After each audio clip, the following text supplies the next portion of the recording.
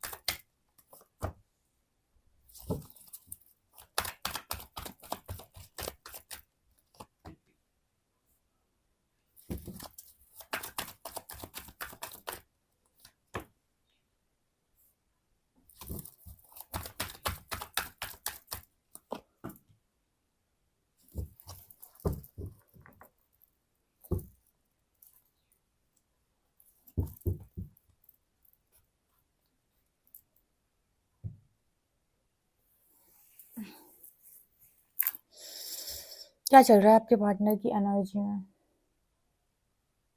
Night of cups and temperance, 7 of cups and 4 of shorts.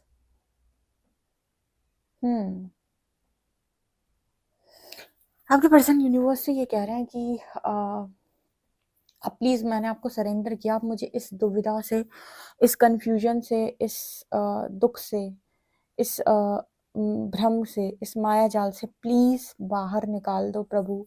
ठीक है, आपका partner continuously हाथ जोड़कर बिल्कुल इस सिचुएशन में, जहाँ पर उसके ऊपर 3 तलवार लटक रही हैं, एक तलवार उसके नीचे रखी है, उसने हाथ जोड़े होंगे, इसको कहते हैं सरेंडर की स्थिति, जहाँ पर अब चारों तरफ से आप पर प्रहार हो रहा है और आपको समझ में नहीं आ रहा कि मेरी गलती क्या है आखिर। उस कंडीशन में आप परमात्मा के सामने हाथ जोड़कर बैठ जाते हो और कहते हो कि अब बताओ कि क्या करना है, या अब मैं करूँ क्या? सरेंडर। ठीक है, इसको सरेंडर कहते हैं। जब आपके पार्टनर ने सरेंडर किया हुआ है तो ये कह रहे हैं कि मुझे इस कन्फ्यूजन से बाहर निकाल दो, बस मुझे ये बता दो कि आखिर मेरे साथ ये सब क्यों हो रहा है, किस कर्म की मुझे ये सज़ा मिल रही है, ऐसा मैंने कौन सा पाप किया था जिसकी मुझे सज़ा ये मिली कि मैं पूरी तरीके से भ्रमित हो चुका हूँ या हो चुकी हूँ। आखिर इस भ्रम का, इस माया जाल का, इस तरीके की कन्फ्यूजन का, इस तरीके की चीज़ों का आखिर कारण क्या है? क्यों मैं इतना ज़्यादा उलझा हुआ? क्यों मुझे ये नहीं समझ आता कि मेरे लिए सही क्या है? मुझे क्लैरिटी क्यों नहीं मिल रही? ठीक है, अब इसका एक प्रॉपर आंसर जो है वो यूनिवर्स की तरफ से मिलता है। वो ये है कि आपको क्लैरिटी तब तक नहीं मिलती जब तक कोई कर्म आपके ऊपर हावी होता है। मान लो किसी मनुष्य के साथ आपका कर्म बंधन जुड़ा हुआ है, ठीक है, तो आप बार बार वहीं से चोट खाते रहेंगे, लेकिन ना तो आप उसे छोड़ पाएंगे, ना ही उससे कहीं दूर जा पाएंगे। अगर मान लो आपने अपने आप को उससे दूर कर भी लिया तो भी आप उसकी एनर्जी में तब तक स्टक रहेंगे जब तक कि वो एक कार्मिक एनर्जी आप दोनों के बीच से रिलीज नहीं हो जाती, या वो कर्मा आपका खत्म नहीं हो जाता। अब ये सवाल आता है कि दी कर्मा खत्म कैसे होता है? ठीक है, माफी मांग लो और माफ कर दो। अगर आप लगातार किसी कंफ्यूजन में हैं और कॉन्टिन्यूसली आप एक ऐसी ज़िंदगी को जी रहे हैं जहाँ आपके पास कोई क्लैरिटी नहीं है, जितना हो सके माफ़ी मांगो और माफ़ी दो। मतलब ये बोलो कि मैं सभी आत्माओं को माफ़ करती हूँ जिन्होंने मेरे साथ गलत किया है। उन सबको मैं माफ़ करती हूँ, उन सबसे मैं अपने एनर्जी कॉर्ड, कार्मिक कॉर्ड कट करती हूँ या करता हूँ।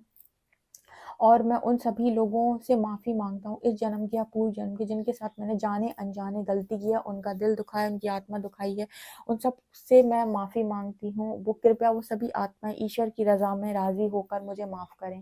ठीक है, उन सबसे मैं अपने कार्मिक एनर्जी कॉर्ड कट करती हूँ। जब आप इस तरीके से कॉन्टिन्यूसली प्रे करते हो, यूनिवर्स से माफ़ियाँ मांगते हो, फॉरगिवनेस प्रेयर करते हो, होपोनोपोनो प्रेयर करते हो, धीरे धीरे धीरे करके वो कार्मिक एनर्जी से आप रिलीज होने लगते हो और धीरे धीरे करके आपको क्लैरिटी मिलती चली जाती है, या एक टाइम के बाद जब वो कार्मिक एनर्जी रिलीज होगी तो आपको क्लैरिटी मिल जाएगी। पर आपके पर्सन को राइट नाउ क्लैरिटी नहीं है या चीज़ें समझ में नहीं आ रही हैं। हम स्टक कब रहते हैं, ये भी मैंने आपको बताया कि तब कब तक आप लोगों की एनर्जी में स्टक रहते हो, जब तक आप दुख को छोड़ना नहीं चाहते। एक किसी वेब सीरीज का डायलॉग था ये शायद, दुख हमसे तब तक दूर नहीं होता जब तक हम दुख को छोड़ नहीं देते। ठीक है, अब दुख को छोड़ने का अर्थ होता है कि मुझे तेरा बुरा होते हुए देखना है। मान लीजिए किसी ने आपके साथ बहुत बुरा किया है, किसी ने आपके साथ आपको बहुत तकलीफ दी है, तो जब तक आपकी ये इच्छा बनी रहेगी कि मुझे तेरा बुरा होते हुए अपनी आंखों से देखना है, या जब तक मैं तेरा बुरा होते हुए नहीं देखूंगा मेरी आत्मा को ठंडक नहीं मिलेगी, तब तक दोनों के बीच में एक एनर्जी कॉर्ड कनेक्टेड रहेगी। ठीक है, और वो दोनों ऐसे ऐसे ऐसे ऐसे ऐसे ऐसे साइकिल्स को रिपीट करेंगे हर लाइफ में। ठीक है, एक बार आप गलती करोगे, वो कहेगा मुझे तेरा गलत होते हुए देखना है, एक बार वो गलती करेगा, आप कहोगे कि मुझे तेरा गलत होते हुए देखना है। ठीक है, तेरे ऊपर कर्मा लौटे, तुझे कभी खुशी ना मिले, ऐसा हो वैसा हो। ये एक कार्मिक कॉर्ड को आपके बीच में हमेशा कनेक्ट करके रखती है, और आपको प्रकृति ऐसे ऐसे गोल गोल हर लाइफ में घुमाती रहेगी, एक दूसरे के सामने लाती रहेगी, और आप दोनों ऐसे ही कर्मा में पड़े रहोगे। ठीक है, तो आपके पार्टनर को ये कहा जा रहा है इस वक्त में यूनिवर्स से कि आप माफिया मांगें और माफ़ कर दें, और बोले कि कार्मिक एनर्जी रिलीज हो, कार्मिक कॉर्ड्स कट हो। आप सबको माफ़ करते हैं दिल से, और आप भी सबसे दिल से माफ़ी मांगते हैं। आपको कोई इंटरेस्ट नहीं किसी का बुरा देखने में, किसी को तकलीफ में देखने में, किसी को प्रताड़ना में देखने में। ठीक है, आपके ज़िंदगी के सारे ब्लॉकेजेस हील हों। ऐसी कोई भी ख्वाहिश, ऐसी कोई भी इच्छा परमात्मा के सामने आपको नहीं रखनी है जिसमें आप भी शामिल हों। कहने का मतलब है कि जब आप ये कहते हो कि मुझे तेरा बुरा होते हुए देखना है, तू तड़पे, तू मर, ये आपकी ख्वाहिश है, ये आप कॉन्शियस थॉट दे रहे हो ऐसा, तो यूनिवर्स भी आपको उस व्यक्ति की एनर्जी में अटका के रहेगा और कहेगा कि ठीक है, तू इसका बुरा होते हुए देख ले, तुझे आत्मा में ठंडक चाहिए तो, लेकिन तू भी तब तक यहीं अटका रहेगा, तू भी कहीं नहीं जा पाएगा। ठीक है, तो इस तरह की सोच के साथ आप कार्य ना करें, माफ़ करें, अनाहत हील करने के लिए माफ़ करें। ये कंटिन्यूसली मैसेजेस आ रहे हैं, तो यहाँ पर आपके पार्टनर को वही चीज़ें बोली, क्योंकि देखो जब भी रीडिंग में आपके पार्टनर के लिए कोई भी लर्निंग मैसेज आता है ना, मैं अपने व्यूअर्स को भी देती हूँ, क्योंकि पता नहीं कि कौन सा इंसान है जो नया रीडिंग देख रहा है, लेकिन उसको समझ में नहीं आ रहा है कि मैं गोल गोल क्यों घूम रहा हूँ। तो हो सकता है कि इन चीज़ों से, इन गाइडेंस से वो यहाँ से बाहर निकल पाए, इन ट्रैप से बाहर निकल पाए। ठीक है, तो यहाँ पर आपके पर्सन की एनर्जी वही है। इसके अलावा दूसरा सवाल ये पर्सन से जो ये परमात्मा से ये दूसरा सवाल करते हैं, वो कुछ ऐसा सवाल है 5 ऑफ वांड्स कार्ड के साथ कि मेरी लाइफ में मुझे इतना उलझन में क्यों रखा गया। लाइक ये तो बिल्कुल सच है। हाँ, क्वीन ऑफ कप्स की जो एनर्जी है वो ये दिखाती है कि ये तो बिल्कुल सच है कि आपके पार्टनर जानते हैं कि आप उनको बहुत ज़्यादा प्यार करते हो। ये नो डाउट, ये चीज़ इस पर्सन को बहुत अच्छे से मालूम है, लेकिन फिर भी इस पर्सन के माइंड के अंदर इतना युद्ध क्यों चलता है, ये इस चीज़ को जानते हुए भी मानते क्यों नहीं। यानी कि कुछ चीज़ आप जानते हो, आपको बहुत अच्छे से पता है, लेकिन फिर भी जैसे वो चीज़ें उसको उलझा देती हैं, उसको मानने से मना कर देती हैं। ये भी आपका एक तरीके से हम कहें तो प्रारब्ध होता है। ठीक है, आपको कोई चीज़ समझ में नहीं आ पा रही, आप किसी के प्यार को ठुकरा दे रहे हो। बहुत सारे कपल्स को आपने देखा होगा दुनिया के अंदर जो प्यार ठुकरा देते हैं फैमिली के लिए, पैसों के लिए, करियर के लिए। ठीक है, तो ये उनका प्रारब्ध होता है, उनको उनका प्रारब्ध किसी और दिशा में बुला रहा है, इसकी वजह से वो आपको छोड़ देते हैं। ठीक है, उनका कर्मा उनको कहीं और बुला रहा है, वो कर्मा आपके साथ नहीं है, उनका किसी और के साथ है आगे चलकर। ठीक है, कई बार ये सारी चीज़ें प्रारब्ध से नहीं होती, लेकिन हमारे पास क्रियामन कर्म करने की ताकत है। क्रियामन कर्म क्या होता है, जो हम अभी कर रहे हैं राइट नाउ, आप ये रीडिंग देख रहे हो, ये आपका क्रियामन कर्म है। इस रीडिंग से आप जो कुछ भी सीख रहे हो, समझ रहे हो, ये आप इस सीख कर आप जो भी कर्म आगे करोगे, ये आपका क्रियामन कर्म, यानी वो कर्म जो हम अभी कर रहे हैं, ठीक है, वही हमारा आने वाले समय में भविष्य बनता है।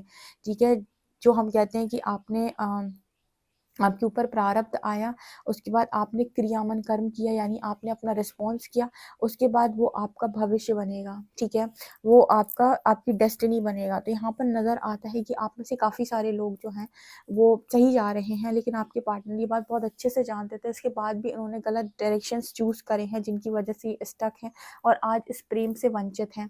जो प्रेम इनको बहुत चीज़ों से मिला हुआ था, लेकिन आज ये उससे वंचित हैं और इस चीज़ का दोषी ये पर्सन किसी और को बोल नहीं पाते हैं, बता नहीं पाते हैं, क्योंकि इनकी खुद की बुद्धि ने सही दिशा में काम नहीं किया।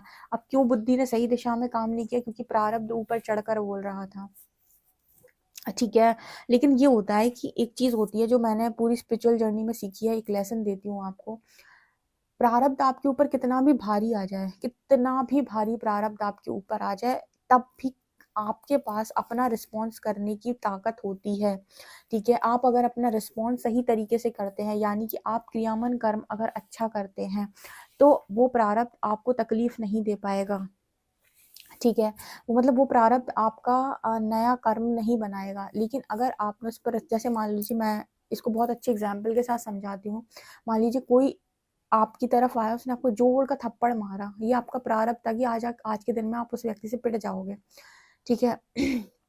अब यहाँ पर आप कैसे रिस्पॉन्स करते हो, ये आपके हाथ में, यानी कि अब नया कर्म या क्रियामन कर्म आपके हाथ में। आपने लेकर बद्दुआएं उठाकर दे दी उस व्यक्ति को, या फिर आपने एक थप्पड़ पे उसको 2 थप्पड़ मारे, या फिर पूरे ही पिटवा दिया, घायल कर दिया, या फिर कई तरीके हो सकते हैं आपके रिस्पॉन्स करने, या फिर आप चुपचाप वहां से चले गए, या फिर आपने सारी चीज़ें परमात्मा पे छोड़ दी, या फिर आपने बहुत तरीके से उस व्यक्ति को समझा दिया। कई तरीके थे आपका रिस्पॉन्स करने के उस झापड़ पे, आपने अपना रिस्पॉन्स कर दिया। तो ये आपका नया कर्मा है कि आप उस व्यक्ति के साथ आगे साइकिल चलाना चाहते हो कि नहीं। जो व्यक्ति परमात्मा पर छोड़ चुका होगा, वो मतलब इंटरेस्टेड नहीं है अब आगे साइकिल कंटिन्यू करने में।